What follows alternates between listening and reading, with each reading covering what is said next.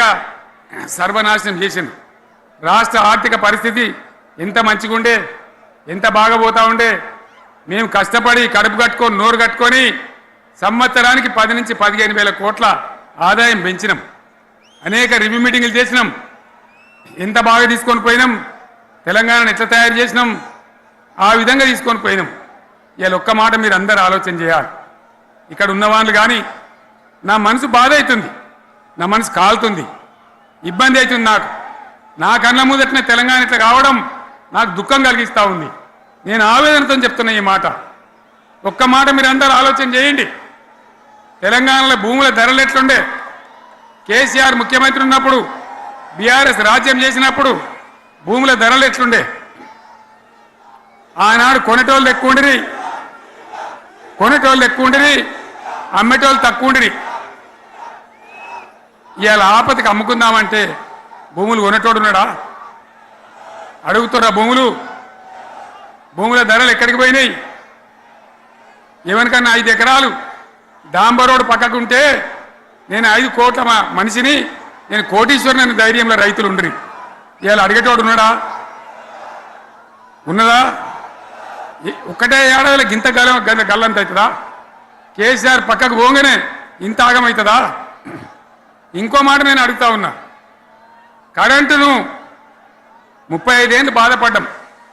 నా బావి కాడ కూడా మోటార్లు కాలినాయి. బీఆర్ఎస్ వచ్చినాక, నేను ముఖ్యమంత్రి అయినాక ఒక్కటే ఏడాది బావులా దాన్ని చక్కగా చేసి 24 గంటల కరెంటు ఇయ్యలే, నడవలే. రెప్పపాటు కూడా కరెంటు పోకుండా 24 గంటల కరెంటు తేలేదా? మరి మా అంత సిపాయి లేరంటే కేసీఆర్ మంచిగా ఇచ్చిన కరెంటు మీకెందుకు ఇయ్యే శాతం అయితే లేదు అని చెప్పి నేను అడుగుతా ఉన్నా. తెలంగాణ ప్రజల పక్షాన్ని అడుగుతా ఉన్నా. ఎందుకు ఇలా ప్రజల గోస ఉంచుకుంటా ఉన్నారు? మళ్ళా మోటార్లు కాలుతున్నాయి, ట్రాన్స్ఫార్మర్లు కాలుతున్నాయి, లంచాలు పెరుగుతున్నాయి. అది శాతం అయితే లేదా? మళ్ళీ ఇలా తెలంగాణ పోవన్నా మోటార్ పెట్టడానికి?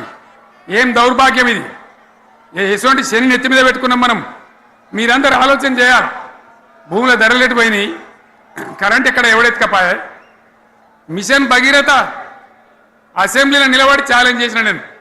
5 ఏళ్ల లోపల ప్రతి ఇంట్లో నల్లా పెట్టి నీళ్ళేయకపోతే మళ్ళా ఎలక్షన్ల పార్టీ మేము నిలవడం, ఓట్లు అడగము అని చెప్పిన నేను.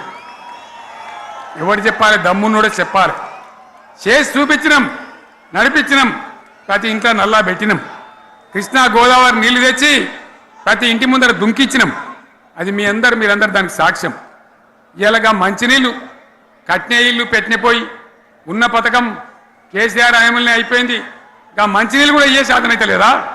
మేము ఇంత సిపాయిలం అంత సిపాయిలం అని ఎగిరెగిరి దుంకితే మాట్లాడితే మంచినీళ్ళు ఇచ్చే కూడా శాతం అయితే లేదా? మంచినీళ్ళు పోతాయి, కరెంటు పోతుంది, వడ్లు కొనే దిక్కు లేదు. వడ్లు కొంటాను రా, కళ్ళాల కాడ 15 రోజులు వడ్లు కొనే దిక్కు లేదు, అడిగే దిక్కు లేదు. సర్కారు కొనకపోతే దిక్కుమాలని దేవుడా అని ప్రైవేట్ మిల్లర్లకు అమ్ముకుంటున్నాం. మళ్ళీ అక్కడ దళారీలు, అక్కడ దోపిడీ, మళ్ళీ రైతాంగం దోపిడీకి గురవుతున్నది. మళ్ళీ 2014 కంటే ముందటి పరిస్థితులు వస్తూ ఉన్నాయి. ఆ విధంగా ఎందుకు జరుగుతూ ఉంది? ఇది ఎవరి అసమర్థత? కాంగ్రెస్ ప్రభుత్వం యొక్క అసమర్థత కాదా? ఈ కాంగ్రెస్ కాటేయడం కాదా? నేను ఒక్కటే మాట మిమ్మల్ని కోరుతా ఉన్నా, ప్రజలకు నేను అడుగుతా ఉన్నా. పేదలు గుడిసెలు వేసుకుంటారు, ప్రభుత్వ జాగాలలో పాపం తెలిసి తెలియక కొన్ని వేసుకుంటారు. బీఆర్ఎస్ గవర్నమెంట్లో హైదరాబాద్తో సహా, వరంగల్తో సహా అనేక పట్టణాలలో, అనేక ప్రాంతాలలో రాష్ట్ర వ్యాప్తంగా లక్షలాది మందికి మేము పట్టాలు ఇచ్చినాం. బుల్డోజర్లు పెట్టి, జేసీబీలు పెట్టి మేము చెరువులలో పూడికెళ్ళి తీస్తే వీళ్ళేమో హైడ్రా అని మన బొందా అని పెట్టి పేదల ఇండ్లు కూడా కొడతా ఉన్నారు. ఆనాడు చెరువు పూడికెళ్ళి తీసిన బుల్డోజర్లు ఇలా పేదల ఇండ్లు కూడా కొడతా ఉన్నాయి. ఇవన్నీ మనం చూస్తూ ఉన్నాం. చూసి మౌనంగా ఉందామా, కొట్లాడదామా, ఏం చేద్దాం అనేది మనం ఆలోచించే సమయం వచ్చింది. దేశాన్ని నంబర్ 1 స్థాయిలో నిలబెడితే ఇవాళ 14వ స్థాయికి 15వ స్థాయికి తీసుకొని పోయినారు. నా కళ్ళ ముందన్న గిట్ల జరుగుతుంది, ఇంత మాయల్యమే అవుతుంది, ఇంత మోసం చేస్తారని నేను కూడా అనుకోలే. ఇలా చాలా బాధ కలుగుతూ ఉంది, చాలా దుఃఖం కలుగుతూ ఉంది. ఇంకా ముందరికి పోవాల్సిన తెలంగాణ ఇలా వెనుకకి అయిపోతున్నా ఉన్నది. మళ్ళా ఎవరు దీనికి కారణం? ఈ దుర్మార్గులు కాదా? నిలబెట్టి ఖచ్చితంగా అడగాల్సిన అవసరం ప్రజలకు లేదా అడగాలి. ఎందుకోసం టైం ఇవ్వాలని మేము కూడా టైం ఇచ్చినాం.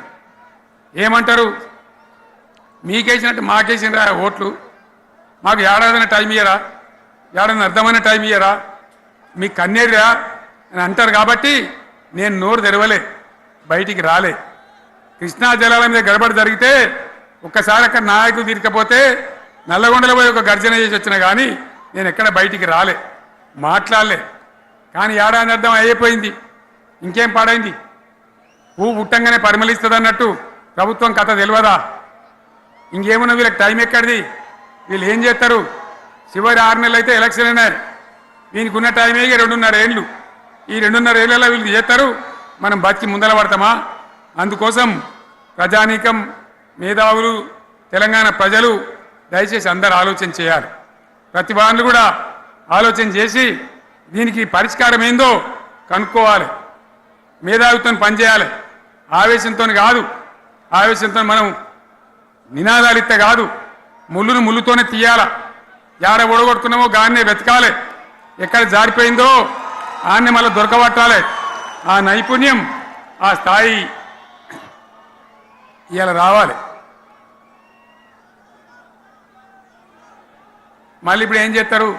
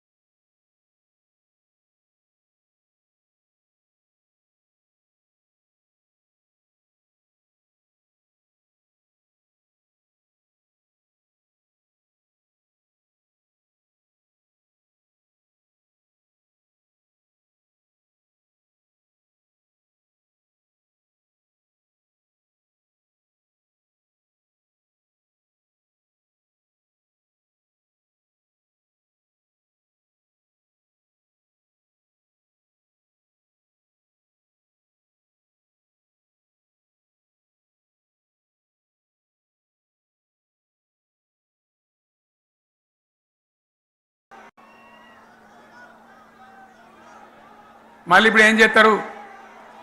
మాట్లాడితే బీఆర్ఎస్ మీద ఇప్పుడు ఒక ట్రిప్పు నేను యాదగిరి గుట్టకు పోతే అలా ఎకరానికి 10 లక్షల వాల్యూ పెరుగుతుండే. మరి ఇవాళ ఏమవుతా ఉంది? ఇవాళ ఏం జరుగుతూ ఉంది? మీరందరూ కూడా ఆలోచన చేయాలని కోరుతా ఉన్నా. ఇవాళ రాజ్యం నడపచేతగాక ఎల్లెంకల పడి రాష్ట్రాన్ని ఆర్థికంగా దివాలు తీసి పిచ్చి పనులన్నీ చేసి ఇవాళ అడ్డం పొడుగు మాట్లాడుతూ ఉన్నారు. అన్ని రంగాలలో ఫెయిల్ అయిపోయింది. ఏ ఒక్క ఈ హుస్నాబాద్లో ఇప్పుడు నేను రాగా చూసుకుంటూ వచ్చిన, ఆనాడు కష్టపడి ఈ హరీష్ రావు ఇరిగేషన్ మంత్రిగా ఉన్నప్పుడు ఇలా గౌరెల్లి ప్రాజెక్టు కట్టినాం. 90% పూర్తి అయింది. గౌరెల్లి ఇరిగేషన్ ప్రాజెక్టు ప్రజలకు సంజాయించి భూములు తీసుకొని ఆనాడు తిరిగి 90% పూర్తి చేసినాం. ఏడాది అర్థమైతే తట్టడి మన్ను తీస్తాను రా. పాలమూరు పథకం 80% కంప్లీట్ అయింది. ఎందుకు దాన్ని పెండింగ్లో పెడుతున్నారు? ఎందుకు దాన్ని పూర్తి చేస్తలేరు? ఈ విధంగా చిన్న మాట, చాలా చిన్న మాట. కేసీఆర్ కిట్ పెట్టినాం, లక్షాధికారుల కోసం పెట్టినాం, కోటీశ్వర్ల కోసం పెట్టినాం. ఎవరి కోసం పెట్టినాం కేసీఆర్ కిట్టు? పేద ప్రజల కోసం, గ్రామీణ ప్రాంతాల్లో ఉండేటువంటి పేద ప్రజల కోసం పెట్టినాం. ఆడపిల్లగానే 13,000 ఇచ్చినాం, మగపిల్లగానికైతే 12,000 రూపాయలు ఇచ్చినాం. ఆ వాహనాలు పెట్టి, అమ్మఒడి వాహనాలు పెట్టి వాళ్ళని తీసుకెళ్ళి ప్రసవాలు చేయించి వాళ్ళకి మందులు ఇచ్చి ఫ్రీగా ఉచితంగా చేసి బ్రహ్మాండంగా ప్రసవం చేయించి మళ్ళీ ఇంటికాడ దించినాం. గది బంద్ చేస్తారా ఎవరన్నా? ఎందుకు బంద్ చేయాలి? ముఖ్యమంత్రులుగా పనిచేసే వాళ్ళకు గాంభీర్యం ఉండాలి, ధైర్యం ఉండాలి. రాజశేఖర్ రెడ్డి అనే ముఖ్యమంత్రి ఉండే, నేను చెప్తా ఉన్నా మీ ముందు ఇవాళ, ఆయన ఆరోగ్యశ్రీ అని ఒక పథకం తెచ్చిండు. నేను ముఖ్యమంత్రి అయిన తర్వాత అడిగిన, హెల్త్ డిపార్ట్మెంట్ని పిలిచి అడిగిన, ఇది ఏం పథకమయ్యా, బాగుందా అంటే, సార్ మంచిగుంది, ప్రజలకు లాభం అవుతుందని చెప్పింది. నేను చెప్పిన ఆ పథకాన్ని అట్లే పెట్టండి, ఆ పథకాన్ని మార్చకండి, ఆ పథకం అట్లే ఉండాలని చెప్పిన. అక్కడ చెప్పడం కాదు, నేను అసెంబ్లీలో చెప్పిన, ఇది మా స్కీమ్ కాదు, కాంగ్రెస్ గవర్నమెంట్ ప్రారంభించింది. దాని పేరు కూడా మేము మారుస్తలేం, కానీ కొనసాగించాలని చెప్పినాం, కొనసాగించినాం. అది మీ అందరికి తెలుసు. ఇలా వీళ్ళు కేసీఆర్ ఆనవాళ్ళు లేకుండా చేస్తాం, కేసీఆర్ ముచ్చట లేకుండా చేస్తారా? ఇవాళ మనం కూడా సభ పెట్టుకుంటే ఎన్ని అడ్డంకులు దానికి.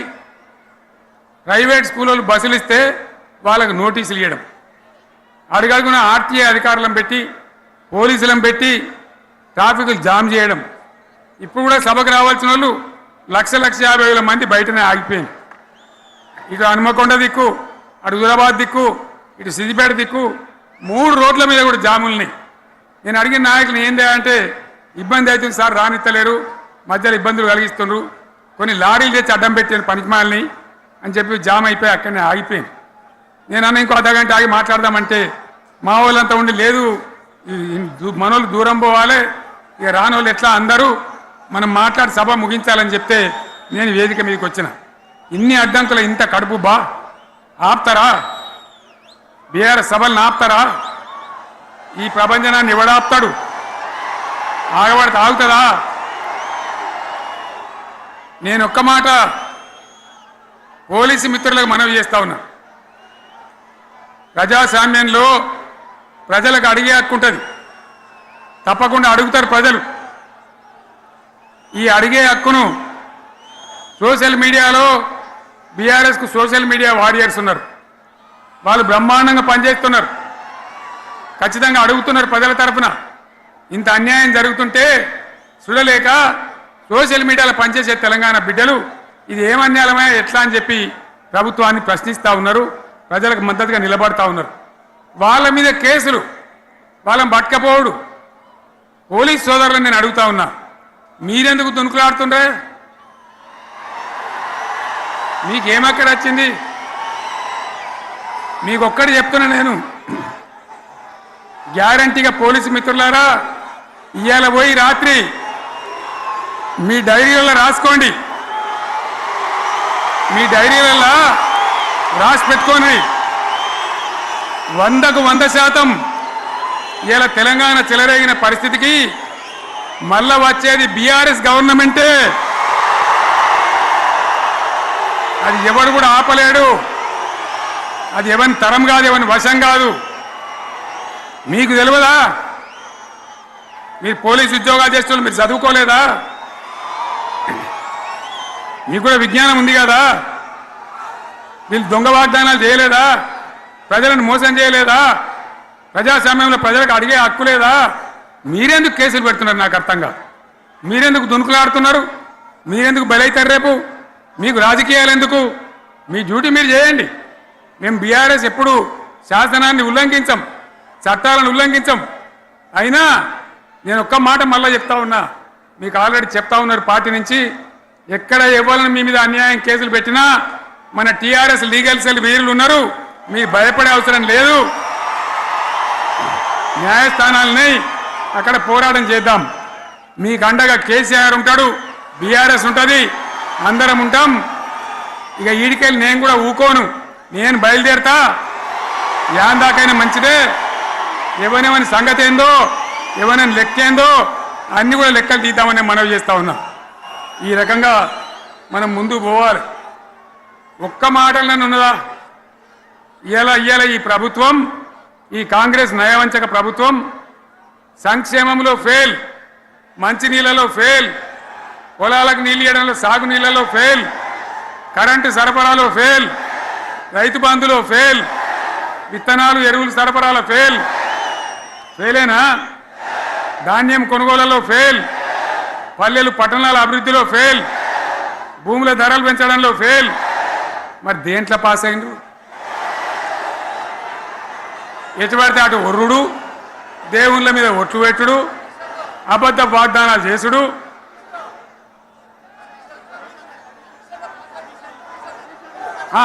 కమిషన్ అట 20-30% కమిషన్లు తీసుకున్నాడు, సంచులు నింపుడు, సంచులు మోసుడు. అంతేనా? కరెక్టేనా ఈ మాట అన్నా? కరెక్టేనా? నేను చెప్పి అన్ని ఫెయిల్ అయిందా ఈ ప్రభుత్వం? నిజమైతే ఒకసారి చేతులు లేవట్రా దయచేసి. స్టేజ్ మీద లేవట్రా. ఫెయిలేనా? ఈ మాట 20% 30% కమిషన్లని నేను అంటలేను. ఎవరన్నారు? స్వయంగా ఆర్థిక మంత్రి ఛాంబర్కు పోయి 200 మంది కాంట్రాక్టర్లు వాళ్ళు లొల్లిపెట్టి